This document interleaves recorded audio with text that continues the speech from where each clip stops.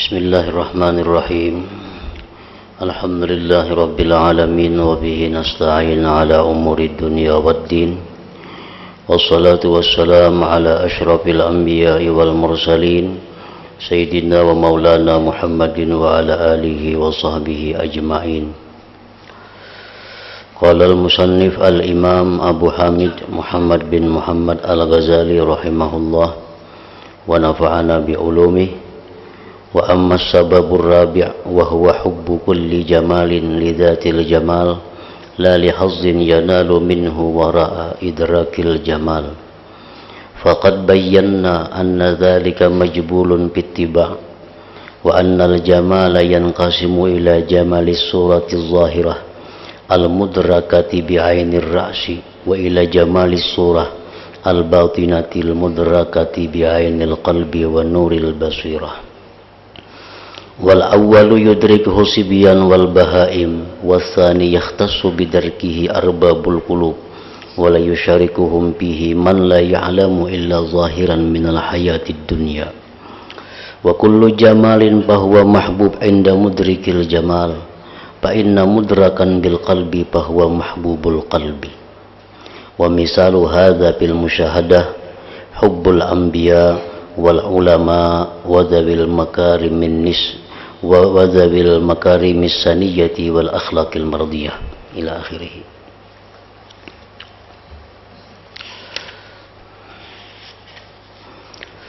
Makna daripada kalam Imam Ghazali rahimahullah wa nafa'ana bi ulumih. Adapun sebab yang keempat, yaitu kecintaan kepada setiap yang elok, yang indah. Setiap yang elok, setiap yang indah itu dicintai karena keelokannya itu sendiri, tidak karena keuntungan lain yang dapat diperoleh daripadanya keelokan di belakang, artinya selain mengetahui keelokan. Kami telah menjelaskan bahwasanya yang demikian itu telah ditabiatkan pada tabiat-tabiat manusia. Allah Subhanahu wa ta'ala telah menciptakan tabiat manusia bahwa cinta, suka kepada setiap yang indah, walaupun keindahan itu tidak memberikan keuntungan apa-apa kepada dirinya, tetap manusia itu pasti cinta kepada keindahan, kecantikan, keelokan. Karena yang demikian sudah ditabiatkan di dalam diri setiap manusia.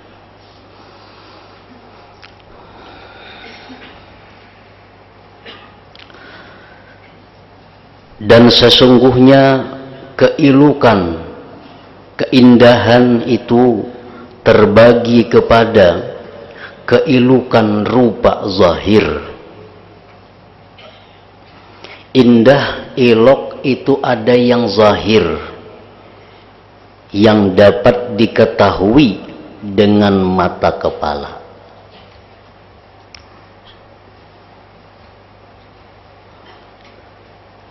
Dan kepada keelokan, keindahan rupa batin yang dapat diketahui dengan mata hati dan cahaya mata hati. Ada keindahan, keelokan yang hanya dilihat oleh mata kepala. Itu disebut keindahan yang zahir. Ada pula keindahan-keindahan yang hanya didapat dengan mata hati. Itu disebut keindahan yang batin. Yang pertama, keindahan-keindahan yang zahir dapat diketahui oleh anak-anak kecil dan binatang. Artinya yang elok, yang indah, yang cantik rupa itu kanak-kanak bisa melihat. Binatang bisa melihat bahwa itu adalah indah, bahwa itu adalah cantik. Dan yang kedua, keindahan batin khusus dapat diketahui oleh orang-orang yang memiliki hati. Nah, keindahan-keindahan batin itu binatang kada bisa melihat. Anak-anak kecil yang belum sempurna akal kada mengerti. Yang hanya bisa melihat keindahan batin itu adalah orang-orang yang mempunyai mata hati. Dan tidak bersekutu padanya dalam hal ini orang yang tidak mengetahui kecuali zahirnya dari kehidupan dunia. Orang-orang yang hanya mengetahui keindahan-keindahan zahir duniawi, dia tidak akan melihat keindahan batin itu. Orang-orang yang pikirannya selalu dipenuhi pikiran-pikiran duniawi, dia hanya bisa melihat keindahan zahir. Sama seperti anak kecil, seperti binatang. Sedangkan keindahan batin, dia tidak mampu melihat dengan mata hatinya.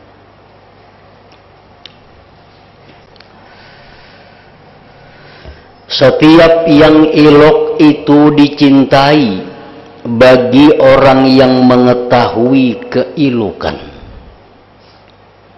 Setiap yang indah itu pasti disukai bagi orang yang mengetahuinya keindahan itu. Maka jika yang diperdapati itu dengan hati, yang diketahui itu dengan hati, maka itu dicintai hati. Seperti rupa-rupa indah yang batin itu hanya dapat diketahui dengan hati, maka jadilah rupa-rupa indah yang batin itu dicintai oleh hati.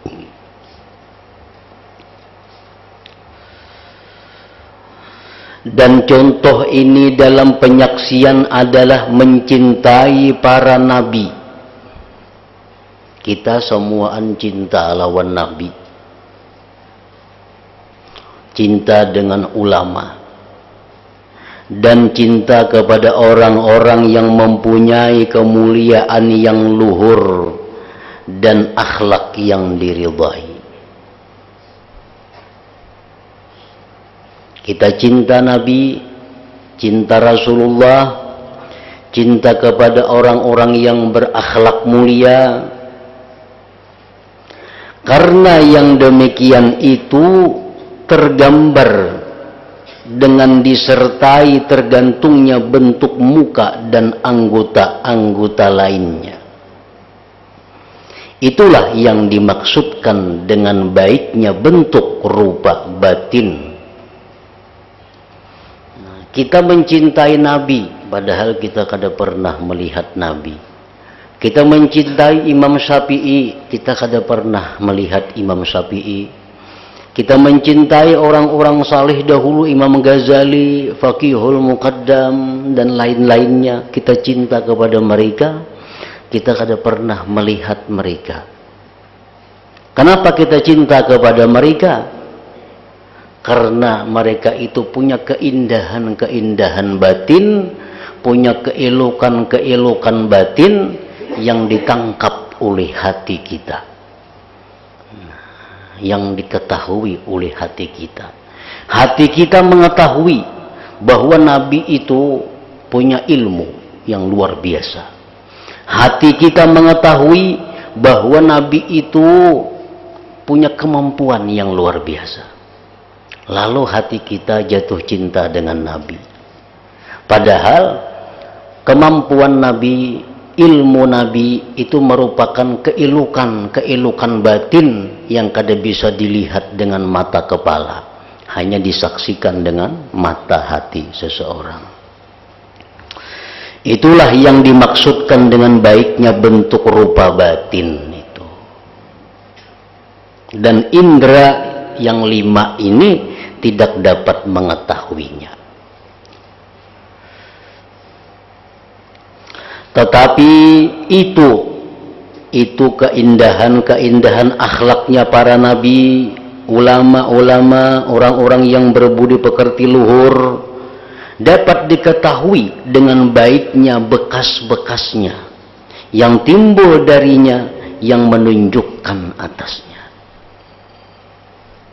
Kita ini hanya melihat bekas-bekasnya, yang mana bekas-bekas Nabi yang indah itu menunjukkan kepada kehebatan Nabi. Sehingga apabila hati kita menunjukkan kepadanya, niscaya hati cenderung kepadanya, kemudian hati itu mencintainya. Maka siapa yang mencintai Rasulullah sallallahu alaihi wasallam atau mencintai Abu Bakar Siddiq radhiyallahu anhu atau mencintai Imam Syafi'i rahmatullah alaih, maka ia tidak mencintai mereka melainkan karena bagusnya apa yang terlihat baginya daripada mereka. Yang demikian itu tidak karena bagus bentuk mereka dan tidak karena bagus perbuatan mereka. Kita mencintai Nabi, Abu Bakar Siddiq, Imam Syafi'i, kita cinta kepada mereka itu, beliau itu, bukan karena ketampanannya, bukan karena baiknya bentuk tubuh mereka. Jelas sudah, kita mencintai mereka bukan karena keelokan ketampanannya, karena kita kada pernah bertemu, kada pernah melihat.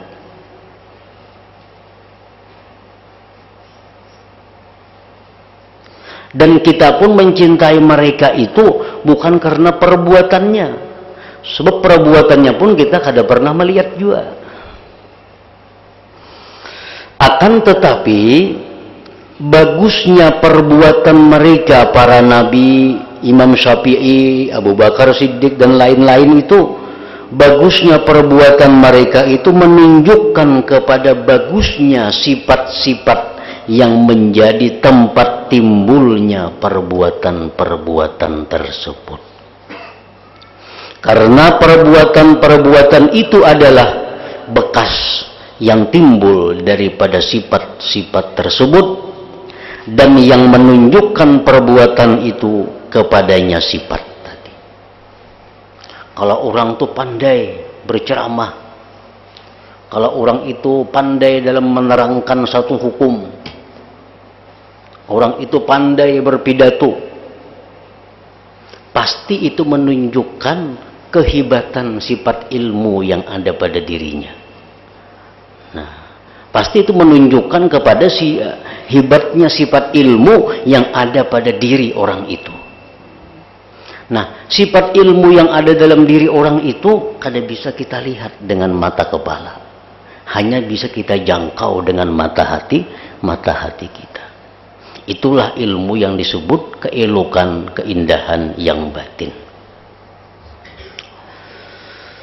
Maka barang siapa yang melihat bagusnya susunan bahasa seseorang pengarang, orang mengarang bagus susunan kata-katanya, dan bagusnya syair seorang penyair, bahkan bagusnya ukiran seseorang mengukir, dan bangunan seorang pembangun, niscaya terbukalah baginya dari perbuatan-perbuatan itu akan sifat-sifatnya yang bagus, yang batin. Orang itu pandai membangun sesuatu bangunan, pokoknya bila bangunan yang diulah itu indah luar biasa. itu menunjukkan bahwa ilmu yang ada pada pembangun itu luar biasa. Pasti sudah. Kita melihat ukiran yang sangat bagus dari seorang pengukir. Nah, itu adalah bekas dari sifat ilmu yang sangat bagus yang ada pada diri orang pengukir itu. Nyakanya kada ada sifat ilmu yang bagus dalam dirinya, niscaya kada akan bagus ukiran-ukiran itu. Jikalau sifat ilmu yang ada pada diri pembangun itu kada bagus, niscaya kada bagus juga bangunan yang dibangunnya itu.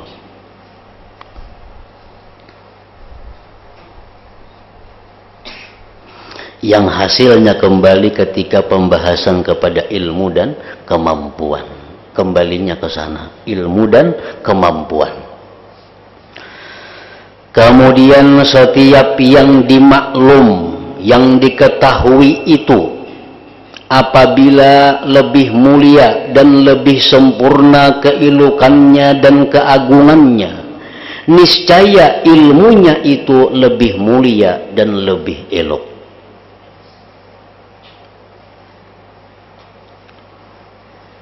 Sesuatu yang diketahui itu benda mulia, umpamanya benda.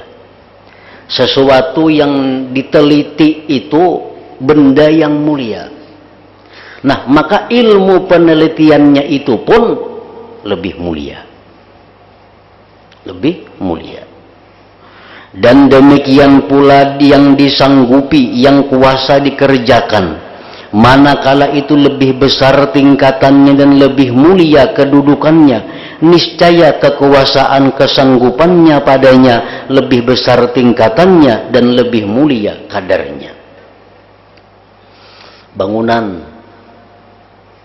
bila mana bangunan itu makin hebat, bangunan itu makin tinggi, bangunan itu makin indah, tentu ilmu orang itu lebih indah juga. Itu sudah pasti. Kada akan bisa ilmu yang sedikit menghasilkan karya yang besar. Ada mau. Jadi hebatnya karya seseorang tergantung ilmu yang ada dalam dirinya.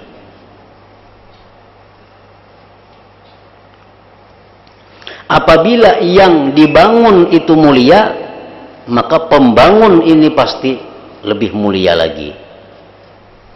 Apabila yang diketahui itu mulia, maka ilmu untuk mengetahui itu lebih mulia lagi. Dan yang paling mulia hal-hal yang dimaklumi adalah Allah Subhanahu wa ta'ala.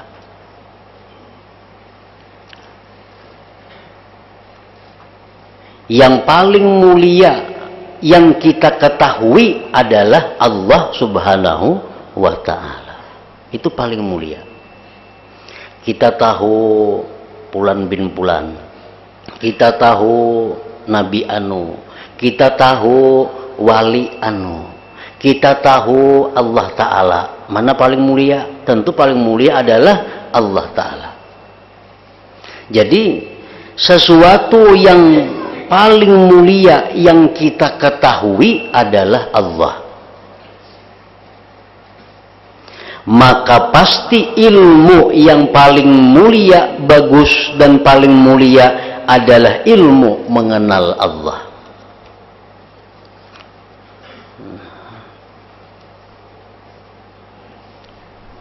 Mana mulianya Nabi dengan sahabat?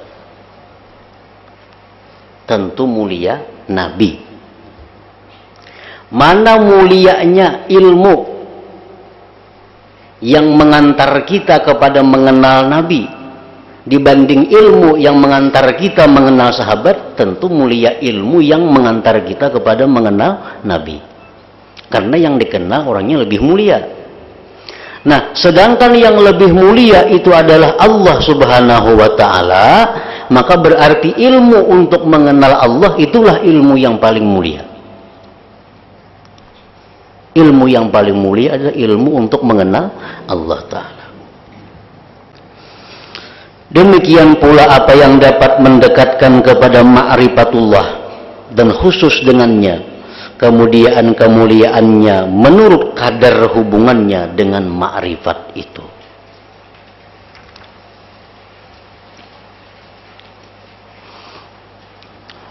Nah, dengan demikian keelokan sifat-sifat orang-orang yang siddiqin yang dicintai oleh hati manusia secara tabiat itu kembali kepada 3 perkara. Setiap manusia cinta kepada orang yang luhur. Setiap manusia cinta kepada orang yang berbudi pekerti baik. Setiap orang yang beriman cinta kepada Nabi.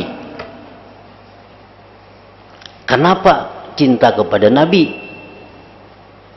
Karena di dalam diri Nabi itu ada beberapa perkara. Kenapa kita cinta kepada orang wali? Karena dalam diri orang wali itu ada 3 perkara. 1. Ilmu mereka dengan Allah, malaikatnya, kitab-kitabnya, para rasulnya, dan syariat-syariat para nabinya. Kenapa kita cinta dengan Nabi? Karena Nabi itu punya ilmu ma'rifat yang tidak ada tandingannya. Karena Nabi punya ilmu yang sangat luas. Itu salah satu di antara 3 sebab kenapa kita cinta kepada Nabi. Yang kedua, kemampuan mereka atas memperbaiki diri mereka dan memperbaiki hamba-hamba Allah Ta'ala dengan memberikan petunjuk dan siasat. Kenapa cinta kita kepada wali? Karena orang wali itu punya ilmu kepada Allah. Karena orang wali itu punya kemampuan memperbaiki diri mereka dan memperbaiki diri orang lain. Yang ketiga, mereka membersihkan dari sifat-sifat kotor, jahat, dan nafsu syahwat yang mengalahkannya dan memalingkan dari perilaku kebaikan dan menarik kepada jalan kejahatan. Nah, kita cinta kepada orang-orang salih, kepada nabi, kepada wali, karena mereka juga mempunyai sifat yang dapat dibersihkannya, yaitu sifat-sifat yang kotor. Dengan contoh ini ia mencintai para nabi, para ulama, para khalifah, dan para raja yang mereka ahli berbuat adil dan kemurahan. Maka nisbahkanlah sifat-sifat ini kepada sifat-sifat Allah Subhanahu wa Ta'ala. Nah, jadi artinya, kenapa tabiat manusia mencintai orang-orang yang berbudi pekerti luhur? Tabiat manusia.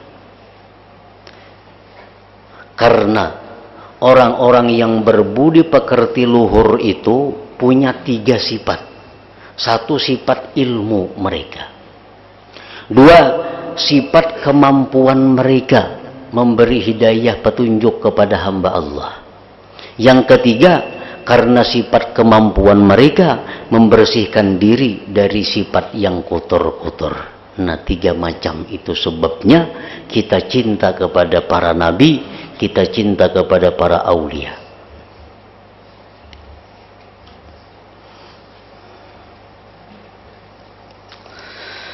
Adapun ilmu, yang pertama tadi ilmu. Kalau jahil itu kebodohan. Tabiat manusia itu benci dengan kebodohan. Itu tabiat manusia. Siapapun, tabiat manusia itu benci kepada kebodohan. Karena kebodohan adalah sifat kekurangan. Tabiat manusia cinta kepada sifat ilmu. Karena sifat ilmu itu sifat kesempurnaan, sifat keindahan. Nah, adapun ilmu, maka di manakah ilmu orang-orang terdahulu dan orang-orang kemudian dibanding dari ilmu Allah Azza wa Jalla yang meliputi keseluruhan dengan peliputan yang keluar dari kesudahan sehingga tidak keluar daripadanya seberat zarrah di langit dan tidak pula di bumi. Allah menyampaikan firman kepada semua makhluk, maka Allah Azza wa Jalla berfirman, wa ma utitum minal ilmi illa qalila, artinya dan kamu tidak diberi dari ilmu melainkan sedikit. Bahkan jikalau penghuni bumi dan langit itu berkumpul untuk meliputi dengan ilmu Allah dan hikmahnya dalam menguraikan penciptaan semuanya, penciptaan semut itu diciptakan Allah, apa hikmahnya, berkumpul seluruh dunia meneliti, dan nyamuk, niscaya mereka tidak mampu mengetahui atas 1/10 dari 1/10 yang demikian. Wala yuhituna bi syai'in min ilmihi illa bima syaa, artinya mereka tidak meliputi dengan sedikit pun dari ilmunya kecuali dengan apa yang dikehendaki Allah. Dan kadar yang sedikit yang diajarkannya kepada semua makhluk, maka dengan pengajarannya mereka mengetahuinya sebagaimana yang difirmankan oleh Allah Ta'ala, khalaqal insan 'allamahul bayan. Artinya Allah telah menciptakan manusia, Allah telah mengajarkan manusia itu pandai berbicara. Nah, maka apabila keindahan ilmu dan kemuliaannya itu suatu perkara yang dicintai, dan ilmu itu sendiri suatu perhiasan dan kesempurnaan bagi yang disifati dengannya, maka tidak semestinya ia mencintai dengan sebab ini kecuali kepada Allah Subhanahu wa Ta'ala. Nah, di sini adalah intinya yang kita maksud dalam bab ini. Kita mencintai para nabi, orang alim, orang berbudi pekerti luhur. Kenapa kita cintai mereka itu? Karena pada diri mereka itu adalah ilmu. Salah satu di antara 3. Pertama, ilmu. Dengan sebab mereka itu punya ilmu, lalu kita cintai. Padahal ilmu-ilmu nabi itu, ilmu-ilmu manusia itu dibanding dengan ilmu Allah, kada napa-napanya. Andai kata berkumpul seluruh ilmuwan untuk meneliti apa hikmahnya Allah menciptakan semut, nyamuk, niscaya mereka kada mampu mendapatkan hikmahnya itu. Nah, kalau kita mencintai nabi, mencintai wali, mencintai orang saleh karena mereka itu berilmu, mestinya cinta kita kepada Allah lebih lagi, karena ilmu Allah melebihi ilmu mereka.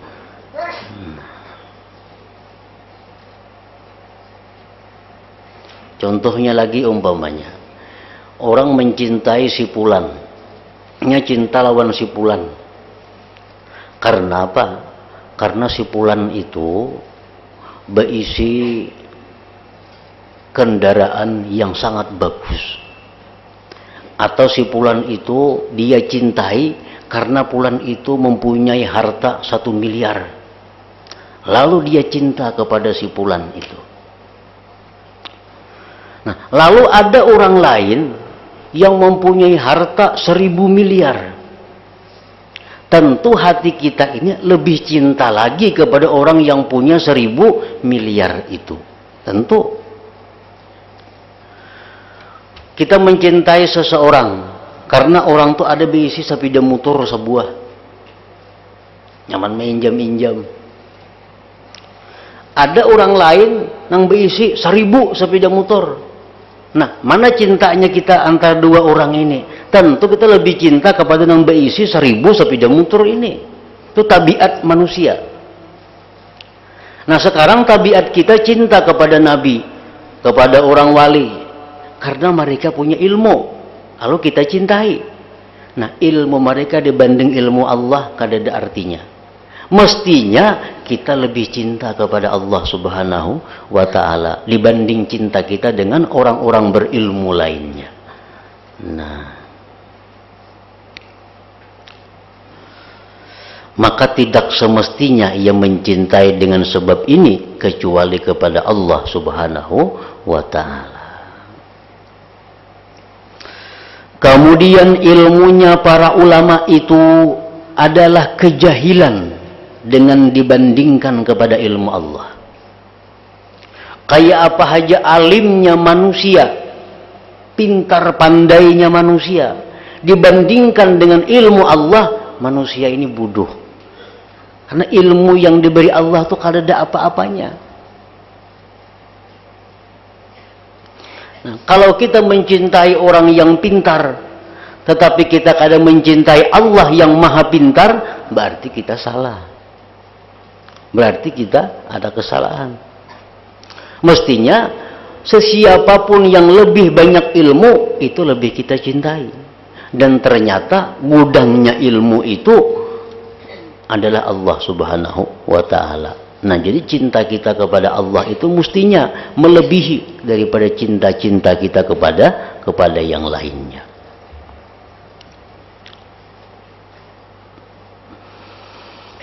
Kemudian ilmunya para ulama itu adalah kejahilan dengan disandarkan kepada ilmu Allah, kepada ilmu Tuhan. Bahkan orang yang mengenal akan orang yang paling alim pada zamannya dan orang yang paling jahil pada zamannya, niscaya mustahil ia mencintai dengan sebab ilmu akan orang yang paling jahil dan meninggalkan orang yang paling alim. Di kampung kita itu ada orang yang paling alim, ada orang yang paling jahil, khususnya dalam masalah agama. Di kampung kita ada orang yang paling alim dalam masalah agama, ada orang yang paling jahil dalam masalah agama. Nah, mustahil kita mencintai orang yang jahil itu meninggalkan orang yang sangat alim itu. Itu mustahil. Karena sesuai dengan tabiat. Sekalipun orang yang paling jahil itu tidak terlepas dari ilmu, padahal yang jahil itu pintar tapi urusan lain pintarnya, urusan bakabunnya pintar pada orang alim. Sekalipun orang yang paling jahil itu tidak terlepas dari ilmu yang dituntut oleh penghidupannya. Dengan tafawut perbedaan antara ilmu Allah dan ilmu para makhluk itu lebih banyak daripada tafawut perbedaan antara ilmu orang yang paling alim dari makhluk dan yang paling jahil dari mereka. Karena orang yang paling alim itu tidak melebihi di atas orang yang paling jahil, melainkan dengan beberapa ilmu yang terhitung bilangannya. Dan ilmu si alim itu berkesudahan, yang terupa kemungkinan orang yang paling jahil itu, bahwa dia memperoleh ilmu dengan usaha dan kesungguhan. Nah, sedangkan kelebihan ilmu Allah Ta'ala di atas ilmunya para makhluk. Sedangkan kelebihan ilmu Allah Ta'ala di atas ilmu para makhluk, semua itu di luar dari kesudahan. Ilmu Tuhan itu lebih, kalau dibandingkan apa-apa dengan ilmu makhluk. Mana pulang ilmu Tuhan ini kada ada kesudahannya. Karena yang diketahuinya itu tidak ada kesudahan. Sedangkan yang diketahui oleh makhluk itu terbatas kesudahannya. Nah, jadi kesimpulannya dari yang pertama, dari bagian yang keempat ini adalah bahwa apabila kita mencintai seseorang karena ilmu seseorang itu, baik ilmu agama, baik ilmu dunia, kita cinta lawan inya karena inya ahli benar dalam ilmu dunia. Kita cinta benar lawan orang itu karena dia ahli benar dalam ilmu akhirat, ilmu agama. Nah, mestinya kecintaan kita kepada Allah melebihi daripada kecintaan kepada dua orang itu. Kenapa? Karena ilmu Allah itu lebih dibanding kada apa-apanya dengan ilmu dua manusia yang kita cintai tadi. Nah, itu maksudnya daripada bagian pertama dari yang keempat ini. Janganlah kita mencintai orang-orang yang berilmu sehingga kita lupa kepada Allah. Baik itu orang berilmu dunia atau berilmu agama, janganlah mencintai mereka yang mengakibatkan kita lupa kepada Allah. Sebab Allah juga yang mestinya dicintai, karena Allah merupakan sumber dari segala ilmu pengetahuan itu. Nah, kemudian tadi yang kedua, kenapa orang-orang saleh, orang-orang aulia itu dicintai? Karena mereka punya kemampuan. Nah, kemampuan Allah jauh lebih mampu dibanding para wali-wali itu. Nah, selanjutnya itu, adapun sifat kemampuan, maka itu juga sifat kesempurnaan.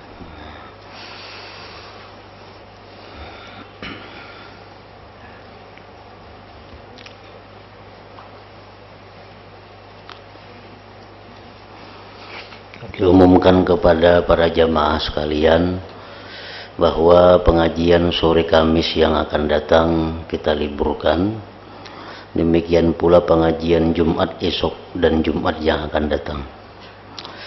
Yang kedua, kami umumkan pula bahwa salat Idul Adha insyaallah dilaksanakan di musalla ini pada hari Ahad tanggal 6 November jam 7.10.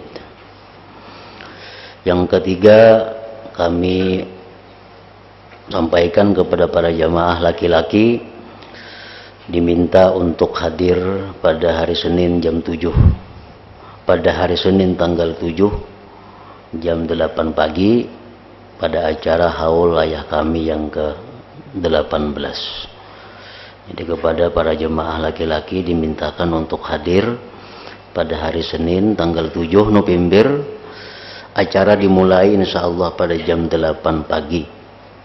Haul yang ke-18.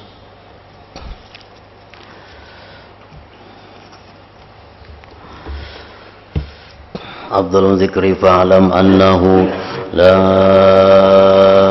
ilaha illallah Muhammadur Rasulullah, la ilaha illallah Muhammadur Rasulullah, la ilaha illallah Muhammadur Rasulullah, la ilaha illallah, la ilaha illallah, la ilaha illallah, la ilaha illallah, la ilaha illallah.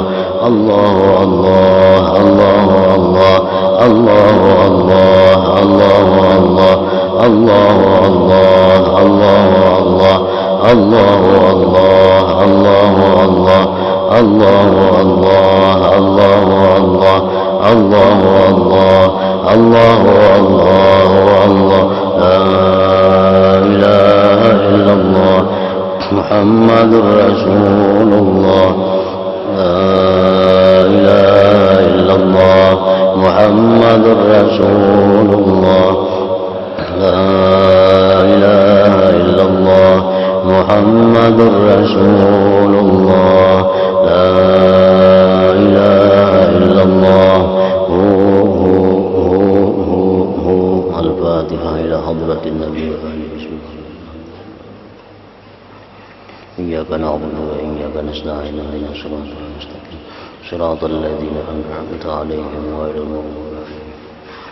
فيا أيها الراجون منه شفاعة صلوا عليه وسلموا تسليما.